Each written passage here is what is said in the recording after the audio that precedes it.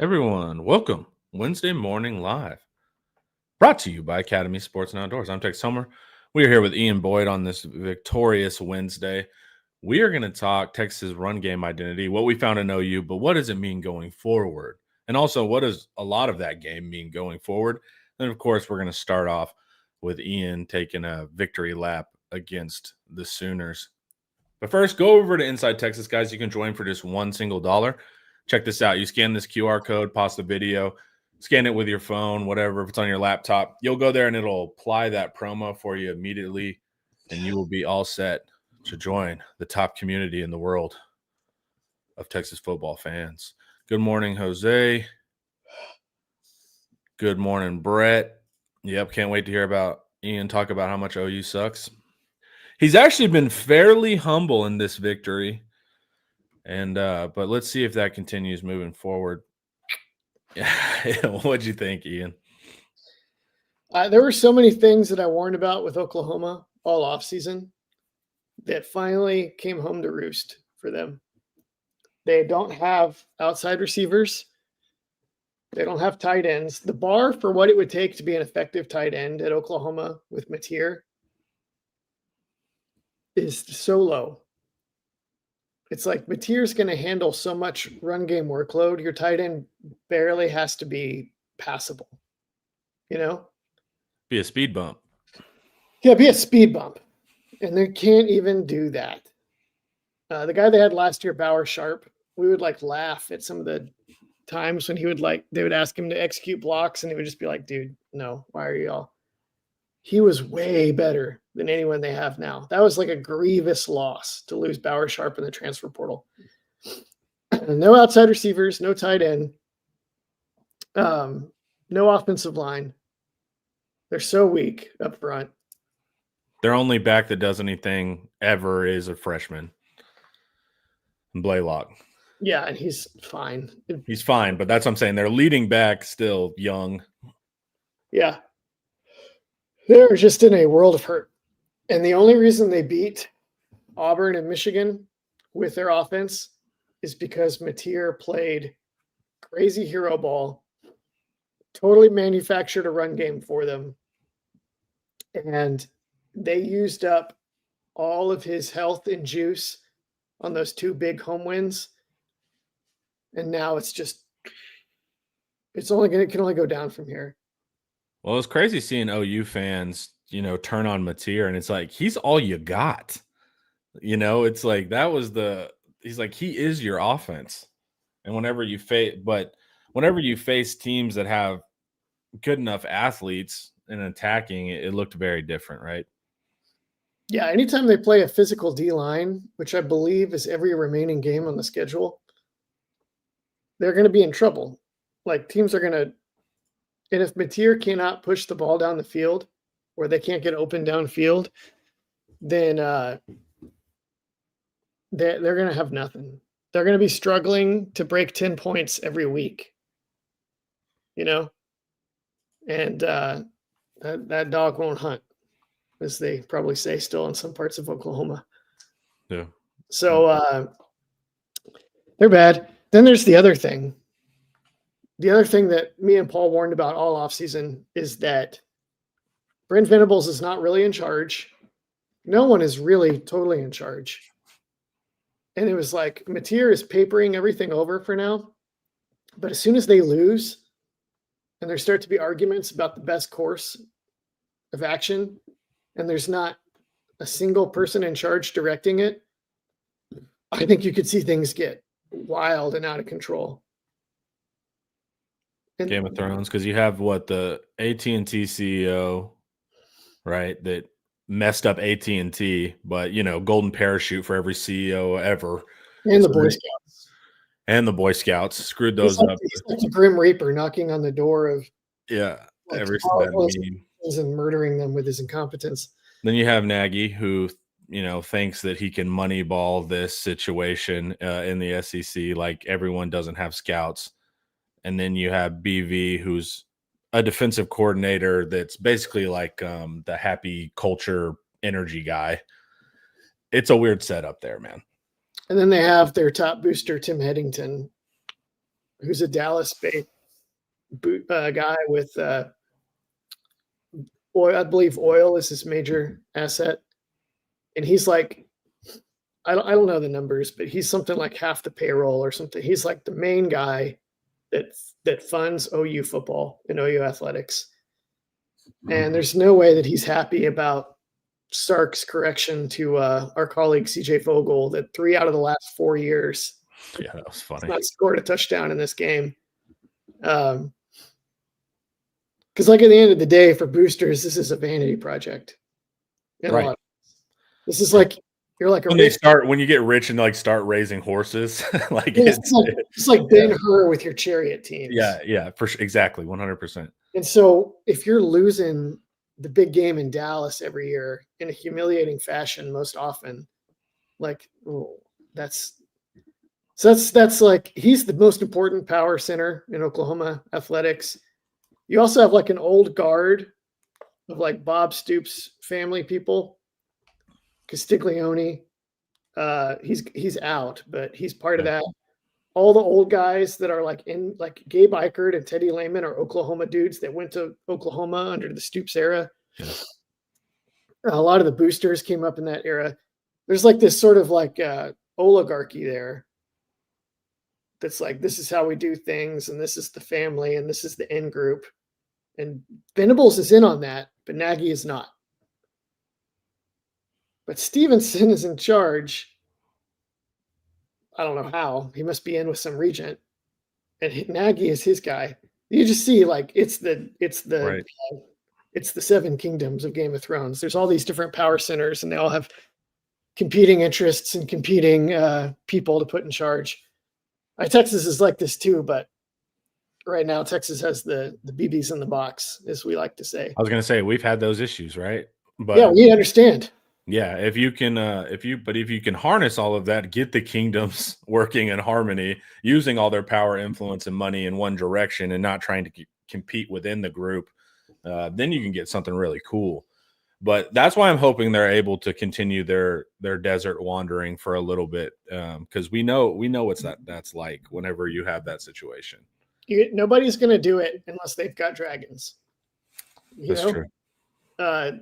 Without like the I say that's true. I've never seen a Game of Thrones in my life, but I just believe the dragons are beneficial in general.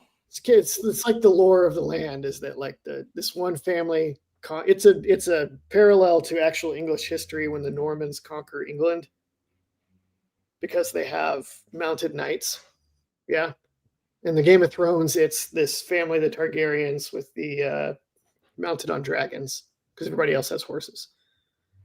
They need like a singular person like Bob Stoops or Fairbanks or Wilkinson or Switzer to come in. He's like this guy's got it.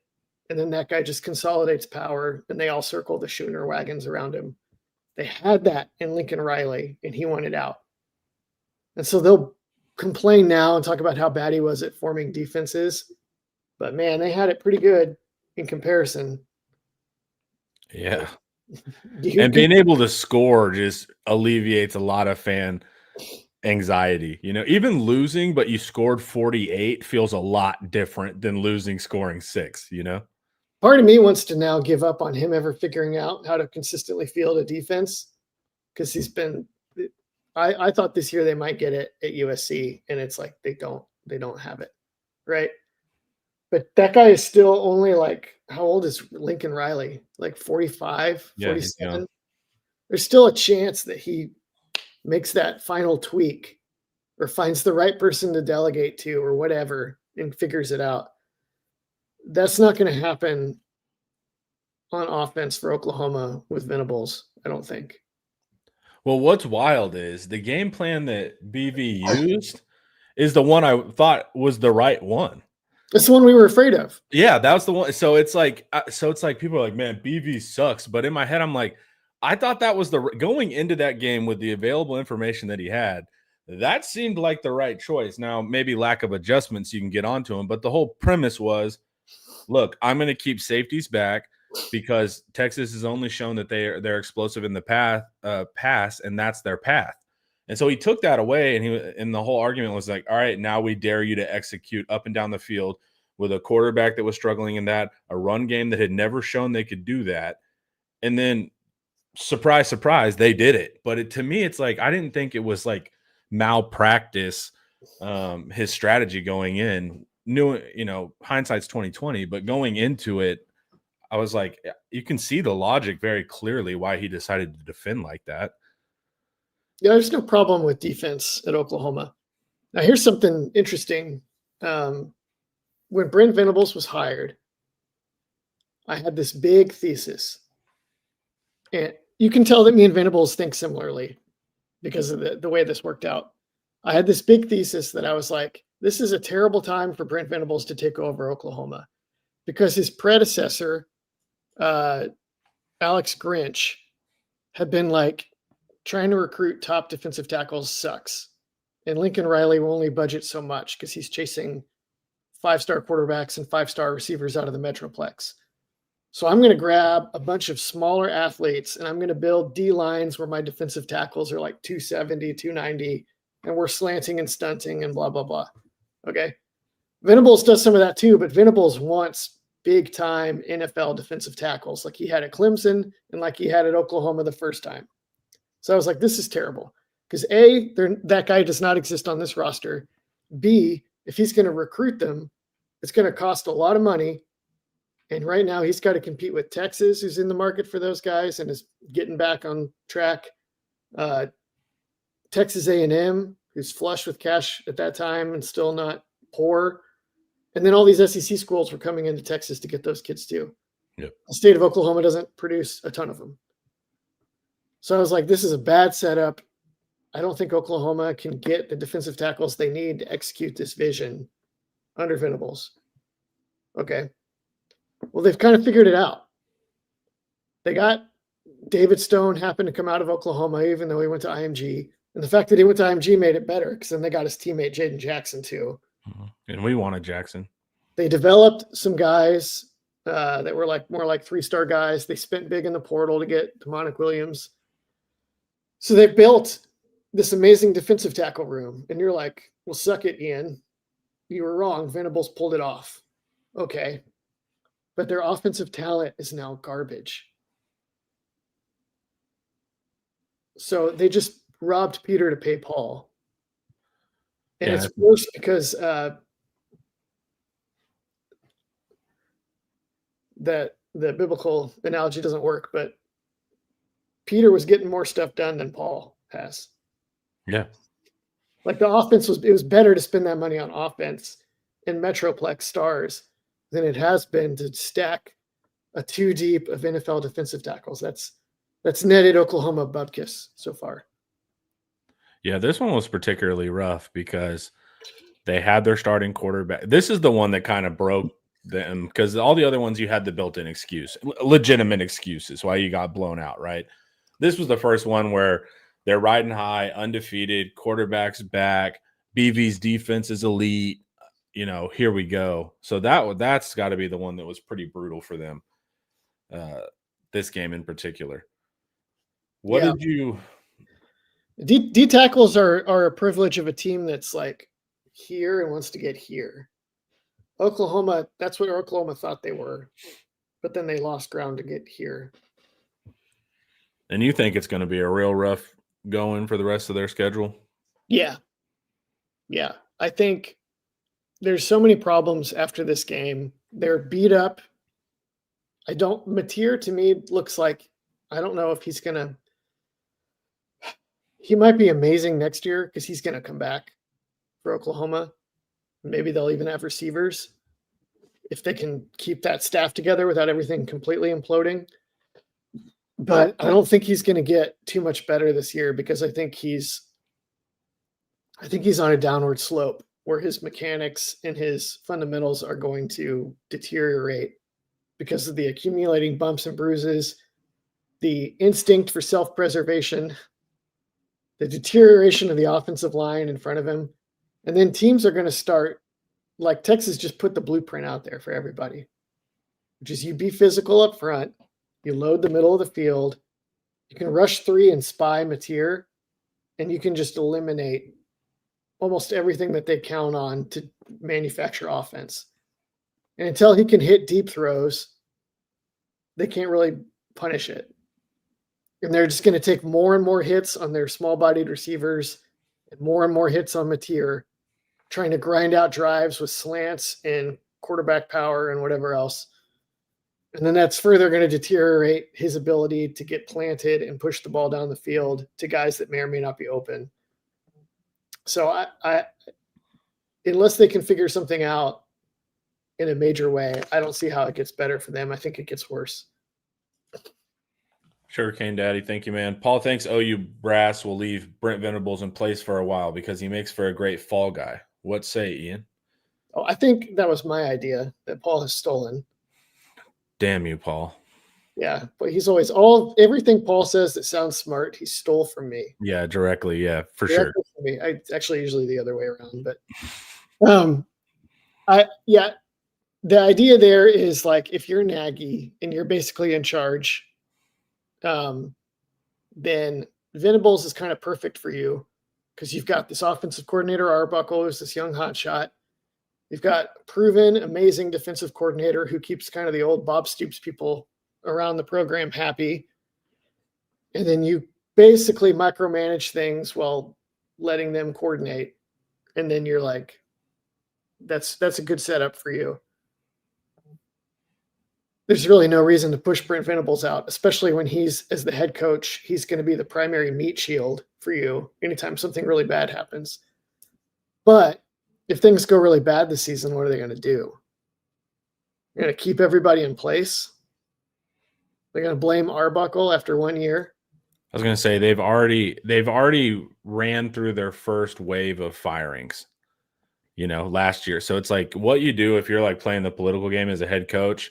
You want to fire your OC, next year fire your DC, then you can go. But the problem is you are the DC and you've already fired an OC. So if you're just thinking pure like a sociopath politician, you've already cut out your support groups. It's really just you that's left as the common denominator at that point. Yeah. So they haven't even played the political game that well. And that's the problem also with being a head coach, defensive coordinator is you would like to have a little bit more room to make fire. See, it wasn't me, guys. But right now it's already on to it's you.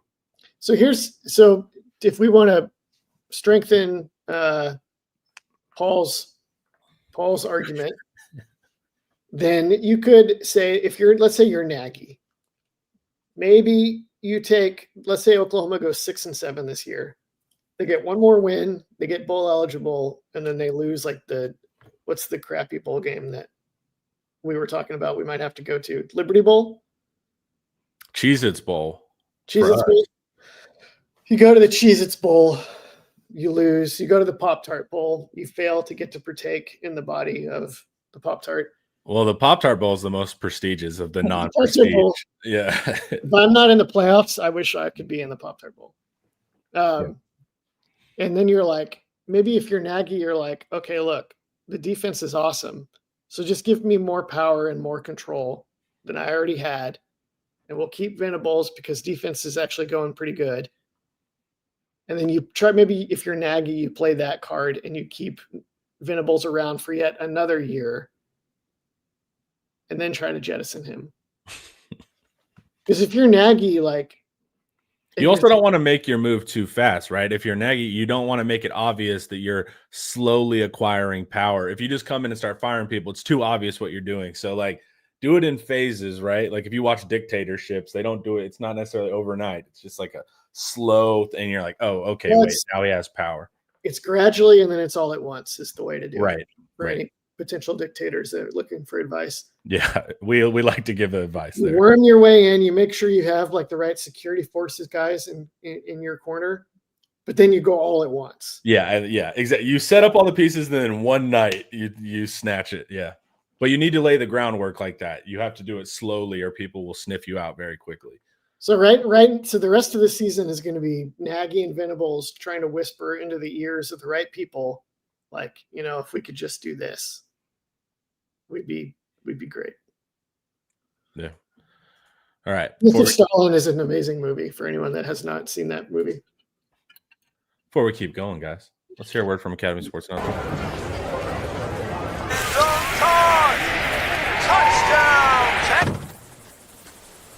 Any gate can be a tailgate.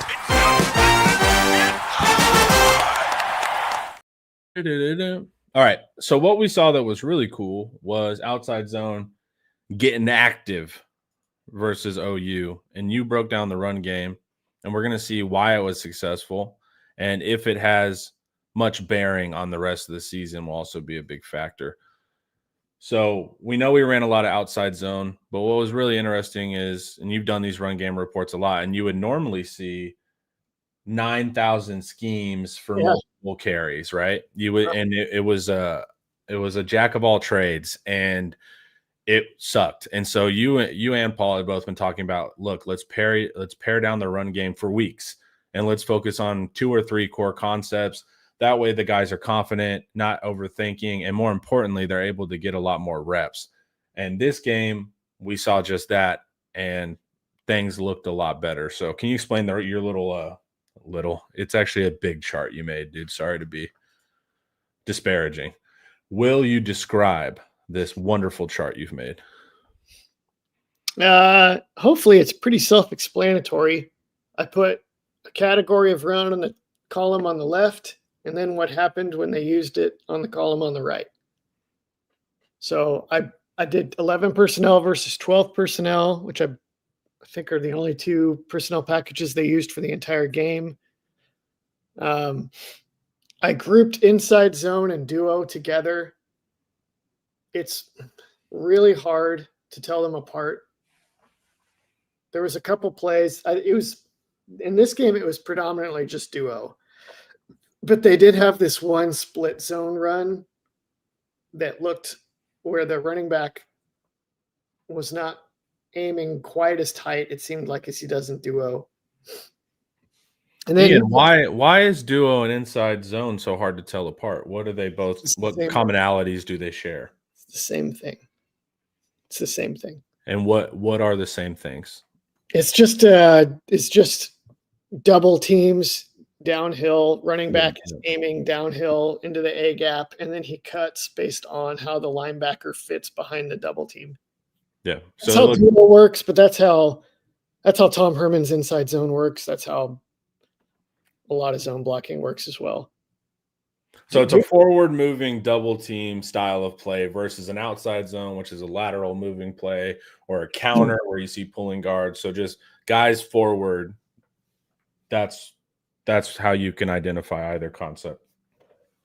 Yep. Now, the reason that these 2 work really well together, and like if you watch Shanahan mixes things up a little more, but like Sean McVay is an outside zone guy in the NFL. And Sean McVay just started using duo more a few years ago because he realized, so outside zone, you give the ball to the running back. Let's say you're in the shotgun and you're the quarterback and the running back's on your left. As soon as you run the ball to the running back, he's going to start by trying to get as far right as he can and then cut back based on how the defense keeps up with all the lateral stress.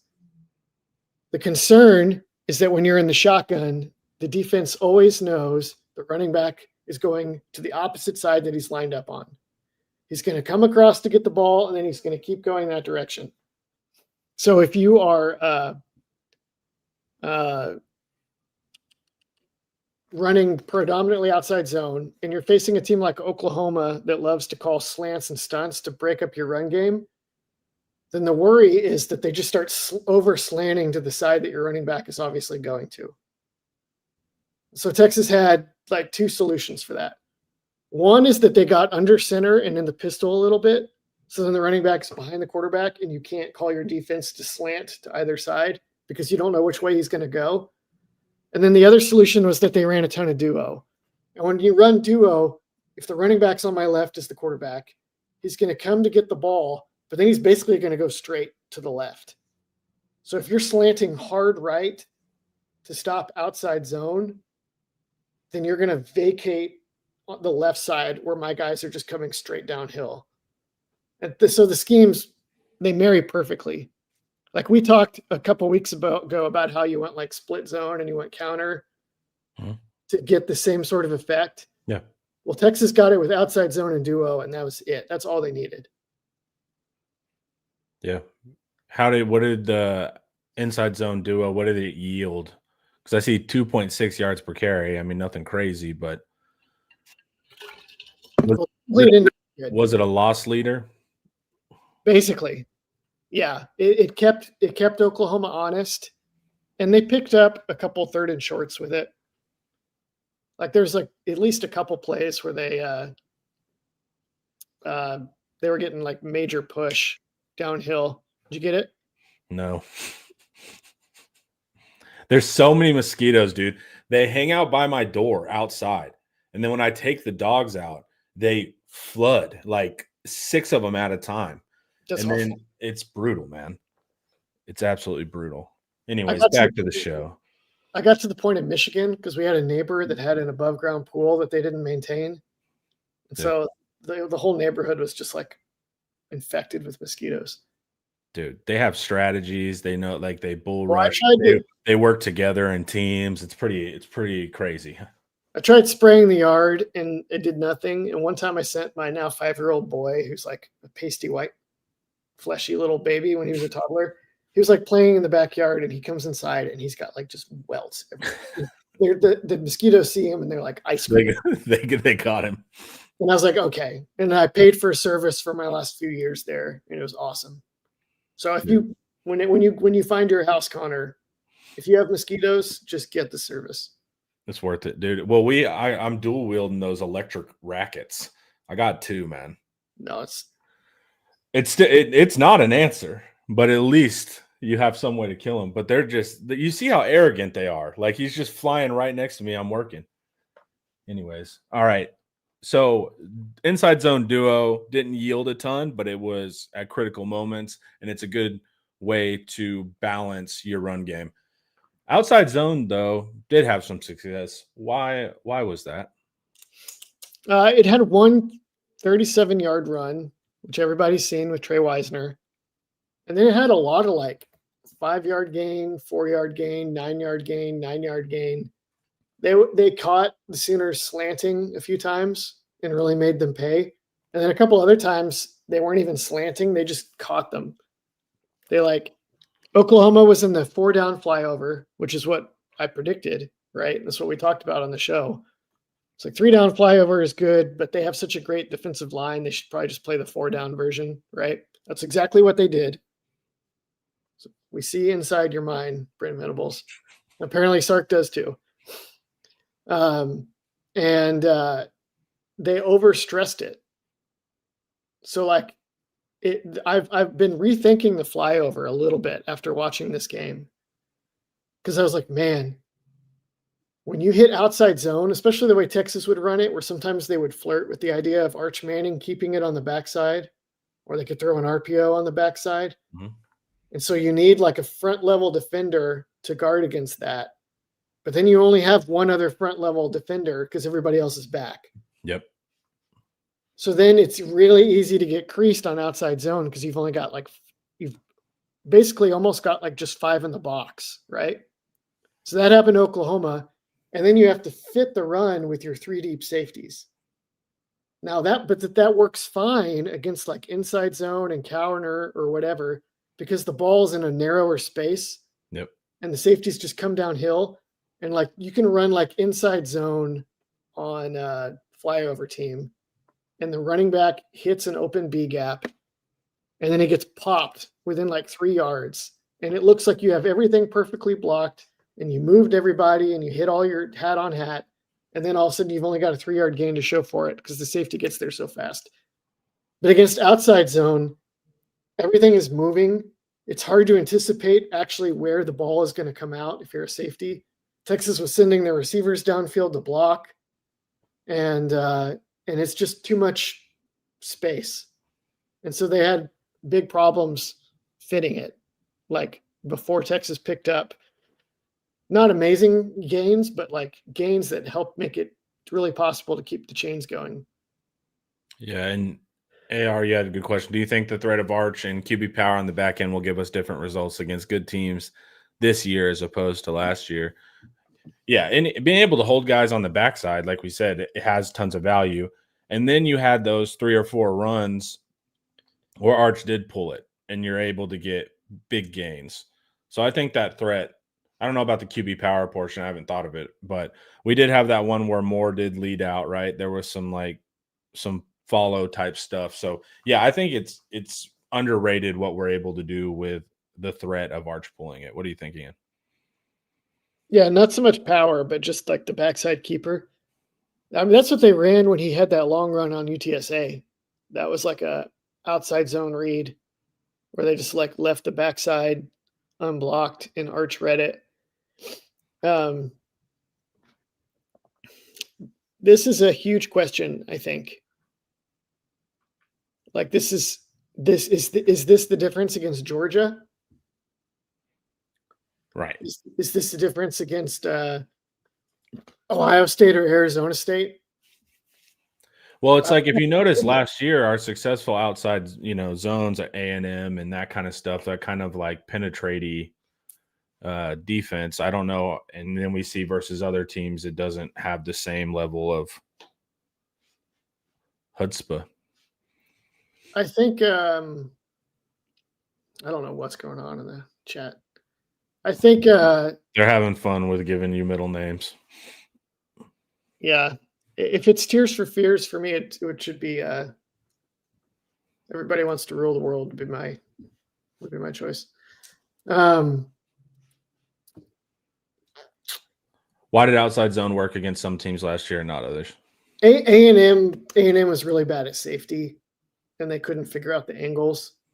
They didn't know what they were doing. A&M outside zone is an amazing play against teams that don't know what they're doing, because it's kind of like the option.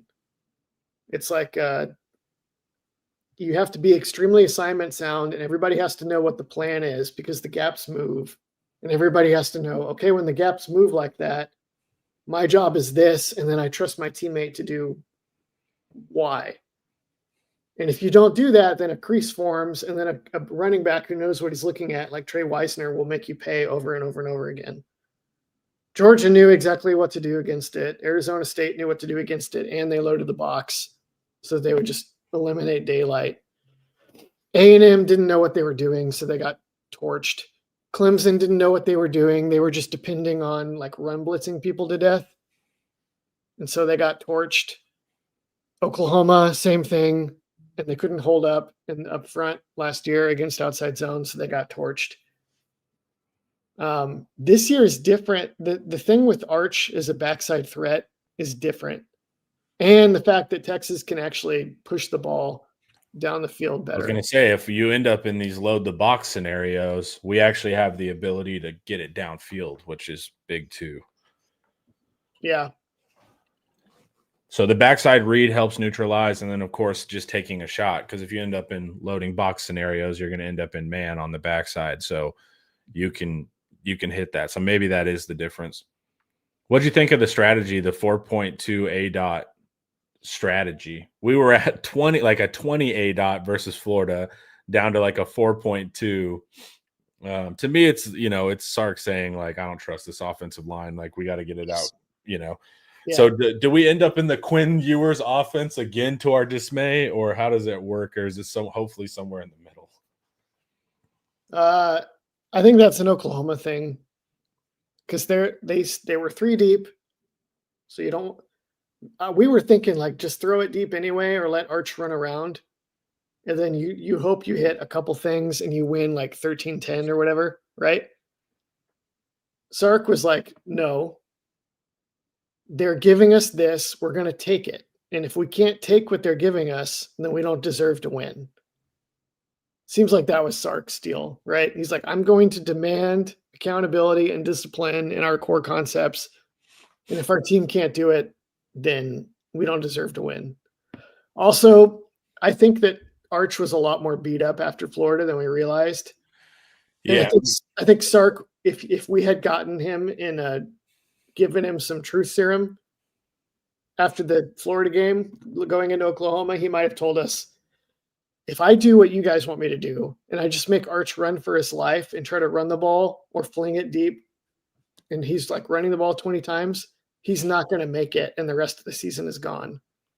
Well, the 2 points, we both keyed in on the press conference before the game where Sark was like, man, really proud of Arch for taking all the reps this week. Really proud of his toughness, which it's like, well, why are you proud of him for taking all the reps every week? He always does, right? Well, it means that he probably got a little bit more beat up than we realized. And then in the post game, or not even post game, I think it was Monday availability, he commends Mateer, Arch does, where he's like, man, I thought I had a rough week, but Mateer was really battling out there. So that was another thing of Arch kind of saying like, hey, I wasn't all good this week, and so maybe that's a major factor.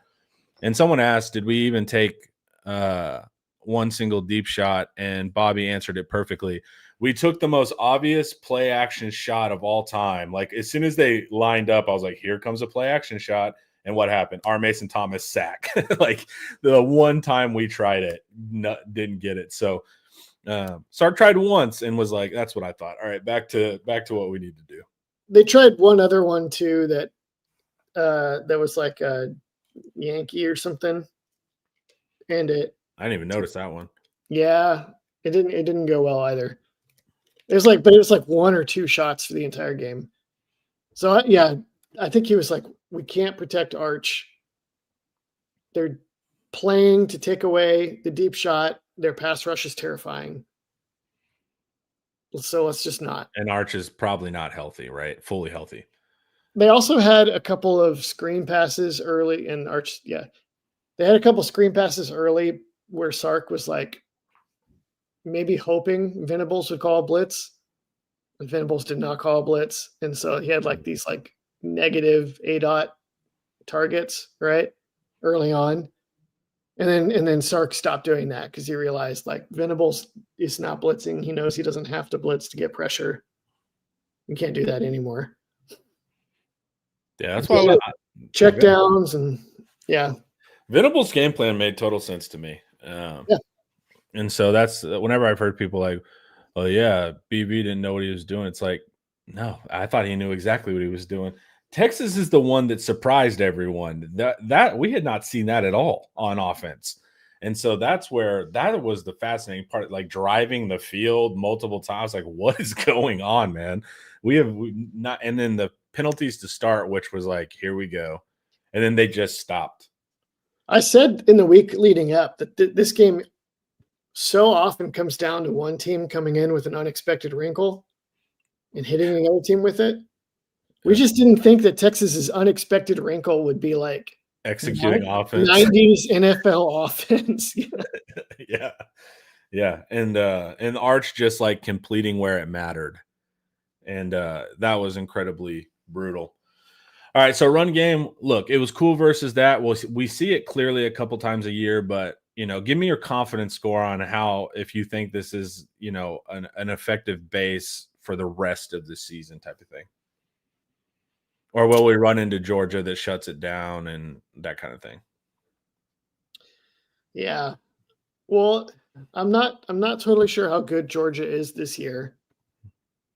Probably by the time they play Texas, they'll be pretty good. Dude, Kirby's going to put the magic motivation in them. I think they've got – I was really shocked by how poorly they played against Tennessee, and I haven't watched them a ton since. And then they lost to Alabama. They didn't look that amazing against Alabama. But they did that last year, Ian. They looked all right, and then they showed up at DKR and looked like a different team against us. So – Yeah.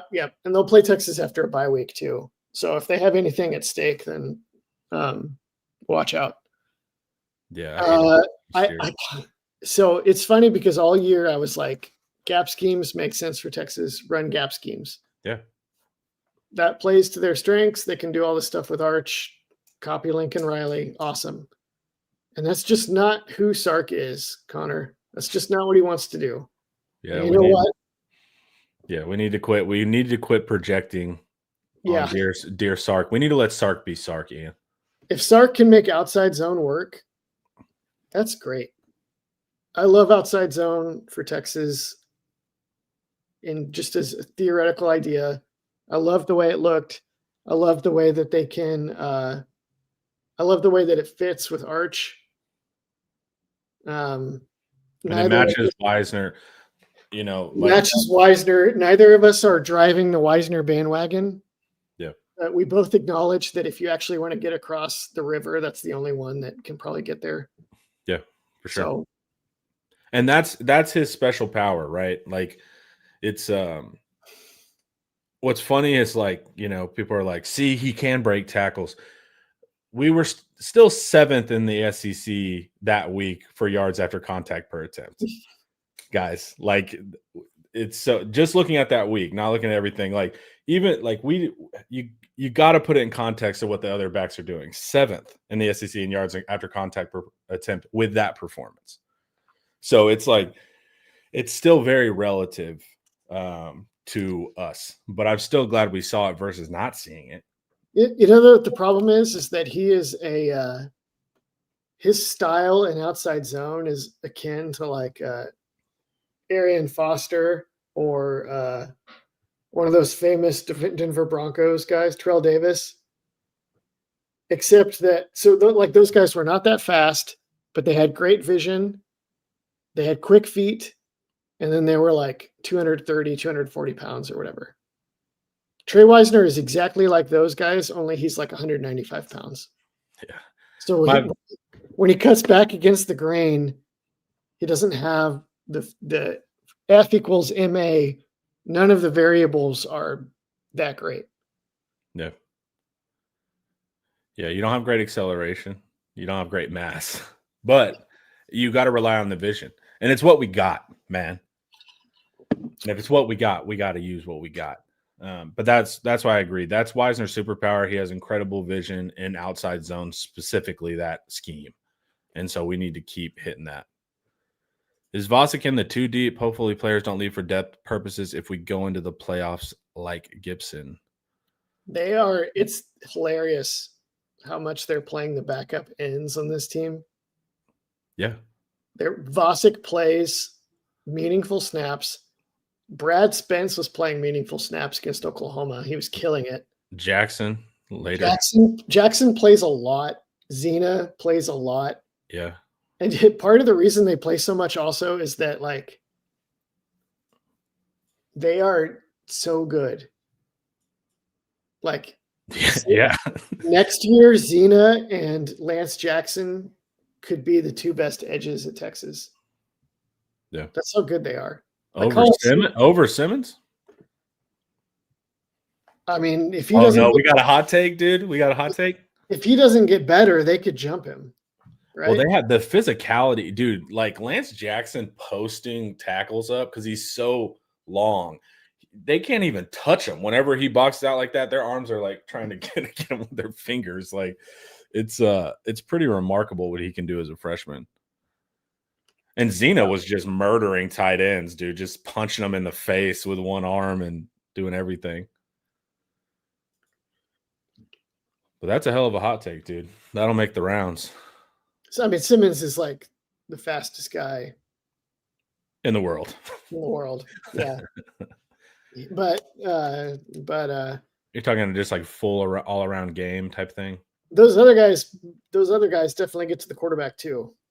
And they're only freshmen, and it's wild. Yeah. Yeah, the edge room is still sick. What do you go in to talk about what outside zone is and all of that? But what did you think of Nick Brooks's play? Fans are excited about that. He's good. I mean, I think he's going to be a tackle either next year or the year after. Great feet, big, athletic, cares. Aggressive. What I loved most in this game is that I think Gooseby and Baker always play like they care. Baker always plays really hard. DJ Campbell has been Texas's best offensive lineman, but he has not played this year like he always cares that much. Yep. He'll like sometimes like do like the bare minimum to get his job done and the assignment checked off, and then just kind of like, eh. And that's not how he played. He played against Oklahoma like a senior that was like, this is my last chance to take it to these guys, and I will die before I let them get away with the stuff they've been saying or what they've been trying to do. If DJ Campbell plays like that every week, Texas is in a lot better shape this year. Yeah, they just showed that confidence and aggression. Like they were just moving forward at guys and they were finding work, right? When something didn't work out, they would go to the next guy. We hadn't seen that all year. What you would see is if something didn't work out, they would stand there and look around and all of that. This was the first time I've seen them really motivated, moving forward. And when something didn't work out, they just went on to the next positive decision. And I thought that was interesting. Now, still, I have to keep pointing this out. 12 tackles for loss and I think 16 or 18 pressures on a 4.2 ADOT. So I'm weary of the offensive line is solved narrative that popped up amongst some fans. But they don't. Good. I would say I am more excited with their aggression, their confidence. I think Brooks is, Brooks has to be the guy going forward at left guard. So I did see a bunch of positives, but Sark was effective in masking deficiencies on the offensive line this game. Dominant offensive line is overrated in college football, but you have to have a good floor. If you don't have a good floor, then you can't do anything. Like that's where they were at against Florida. They couldn't do anything almost. Nelson points out DJ is graded out really well with PFF. He's been good as a pass blocker. Okay. Yes, he checks his assignment box, but you'll watch him and he'll go downfield and he'll like catch a guy and just kind of hug him and just not give a ton of effort normally. Like that's like I'm saying, he'll like check off his assignment box. He'll be correct. He'll play like what does he say in Office Space? Where he's like, if I do something wrong, I've got like 15 guys hollering at me, and he's like, but that'll only make you work hard enough not to get chewed out. Yeah. That's how DJ Campbell's played for a lot of this year, except Oklahoma. In Oklahoma, he was pointing at people and being like, you're next. Yeah, I know. He was like finishing guys after the play, going through the whistle, like shaking off injuries. And he was like bleeding down his face and just frothing at the mouth with rage. That's different. That made a big difference. Can we continue that in a non-rivalry setting? And more importantly, I don't know. They harness the media doesn't believe in us, which fair enough. Fair enough. There was definitely not much to believe in going into that game. But that's going to change, right? When you string together some wins, the narrative will switch to, wow, man, Texas is rolling now. Maybe they got it figured out. Can you keep that? You're not going to keep the OU level. That's just people are human beings. But now that you're back on the mountaintop kind of thing, can you keep going? Or do you need the backs against the wall narrative to motivate? We'll see. That Athletic article was a gift, though. Yeah. The stupid Arch Manning's the biggest flop in history or whatever. Synonymous with failure, brother. So now it was like one of the dumbest takes of all time. Well, they're getting mad at local media too, but fair enough. And but we have to see, right? We have to see if that continues. But before we talk some more, let's hear a word from David McClellan. Big financial decisions don't have to feel overwhelming. There's someone who can guide you every step of the way. David McClellan is a fiduciary financial advisor with Forum Financial, and he's working closely with his clients as a true financial life coach, guiding every aspect of your financial journey with expertise and care. If his name sounds familiar, that's because David was a swimmer at Texas and a member of several national championship teams. Today, he channels that same championship mindset into helping people win with their finances. David specializes in financial planning, and he's contributed numerous articles to Kiplinger on the topic of retirement tax bombs. And right now, David is offering viewers a free intro consultation to assess your financial situation. Do not miss this chance to get personalized guidance from a trusted expert. To schedule your free consult, email David at dmcclellan@forumfinancial.com, or you can call him directly at 312-933-8823. The contact info is in the description. You got any Kentucky thoughts, Ian, or are you just overlooking them?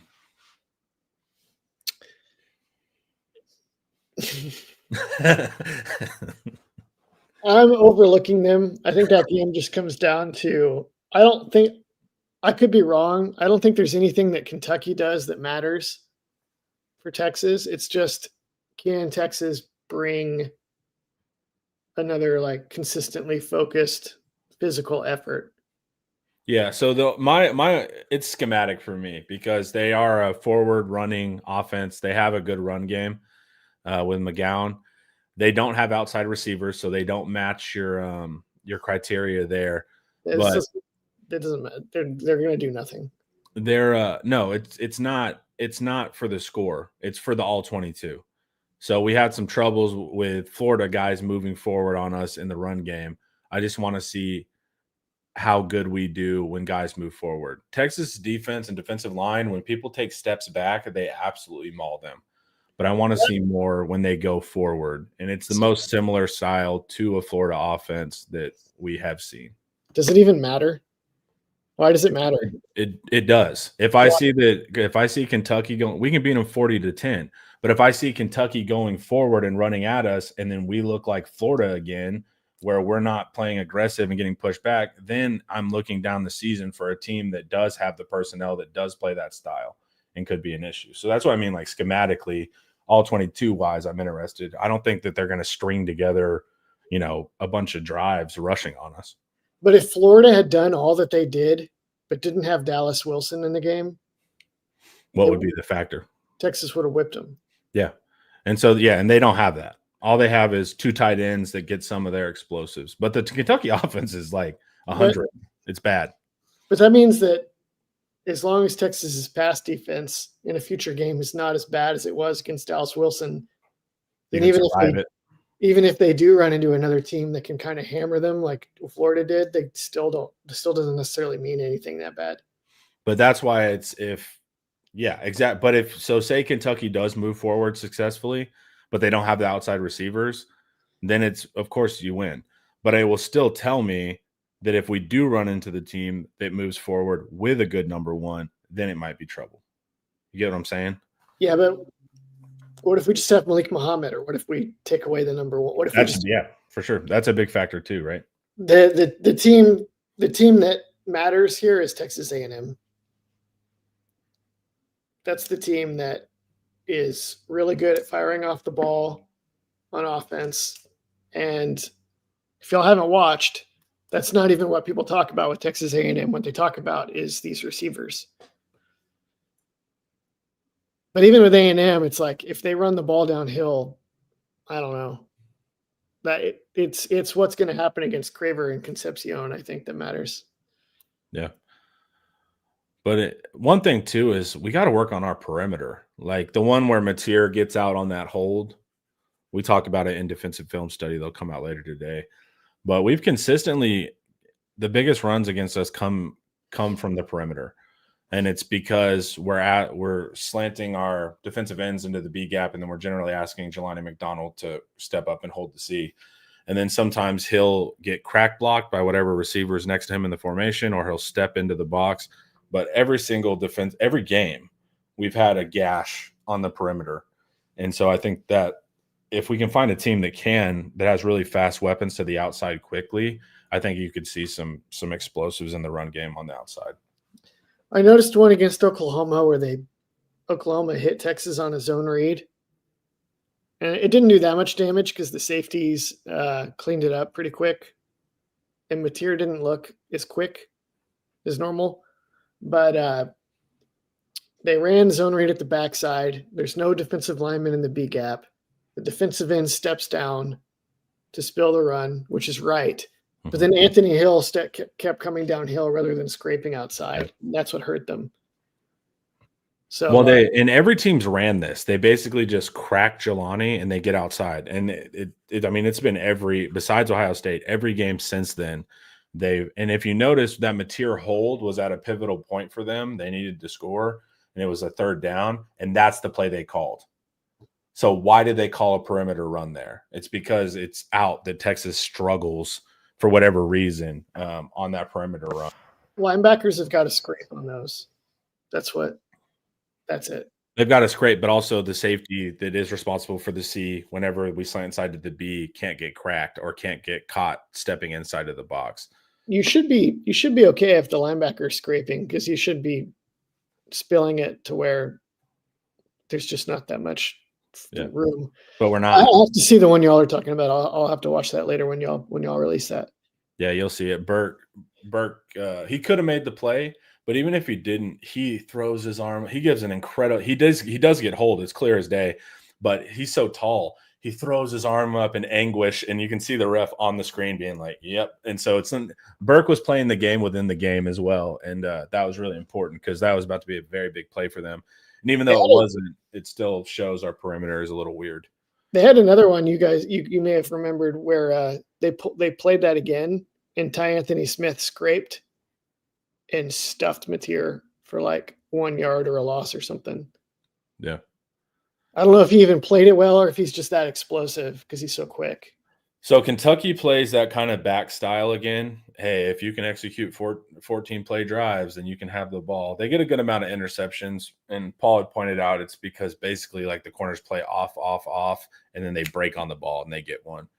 But it'll be a similar style where they're going to want you to drive the field. So we should be able to see theoretically again, can Texas execute down the field, because that's what their defense asks for time and time again. So I think Kentucky's interesting in a few key ways. I pray to God the score's not close. They've dragged some teams into the mud and they've had a bye week and blah, blah, blah. And it might rain and it's a night game and da-da-da-da. But still, those are the kind of things I'm actually watching for versus Kentucky. Is this the quarterback that like came in and was kind of dealing? Yeah, Cutter Boley. I thought that was him. I was there in the press box last year, and he came in and he started like hitting shots down the field, and we were like, "What is this?" He can't do it this year. Like he's a horrible deep passer this year for whatever reason. They also they can't get anything to their outside receivers. Everything are their tight ends breaking formation. So they're going to run, and then they're going to slip the tight end out and right over the middle, and he's going to get like a 30-yard gain. Like that's how they've gotten their few explosives that they have. And McClellan, remember, he was the OU back in 2020. He's a good runner. He's an older player. He's a consistent runner. He gets good yardage. So there's some work to be found here in this game. There's a few notes that are interesting. Their outside receivers transferred out. Yeah, Key and Brown are gone. They're gone. Yeah. And they were good last year. I don't know where Key went. Barry and Brown went to LSU. Where did Dane Key go? I want to say Notre Dame. I have no idea. Chat, correct us. But yeah, they actually had the receivers last year. They just couldn't get it to them either. And they're not good pass blockers. They're like really low. I can't remember, like 90s or something in pass blocking. But they don't pass a lot.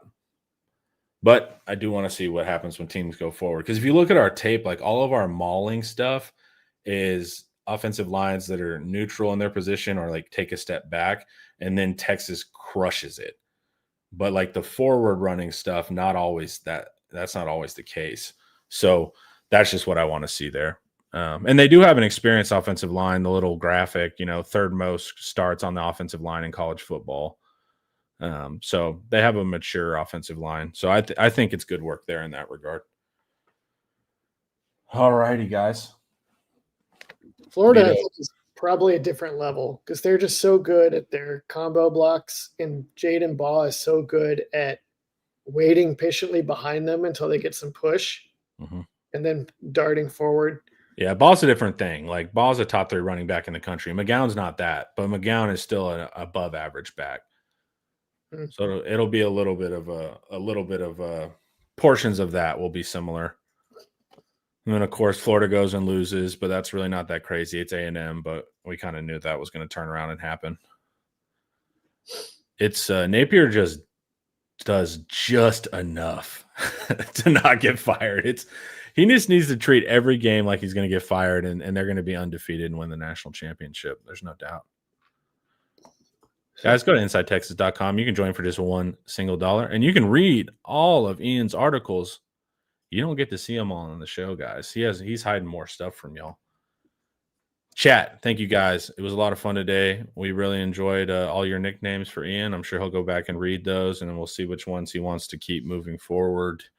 And we got some good stuff today. We got Q&A with Eric that's going to come out later, and a defensive film study. And then, of course, tomorrow, more deep dive, more OU film. And if you didn't watch the film study they did yesterday, guys, go check it out.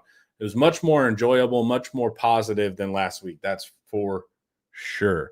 And this was brought to you by Academy Sports and Outdoors. Have a good day, everyone. Peace out.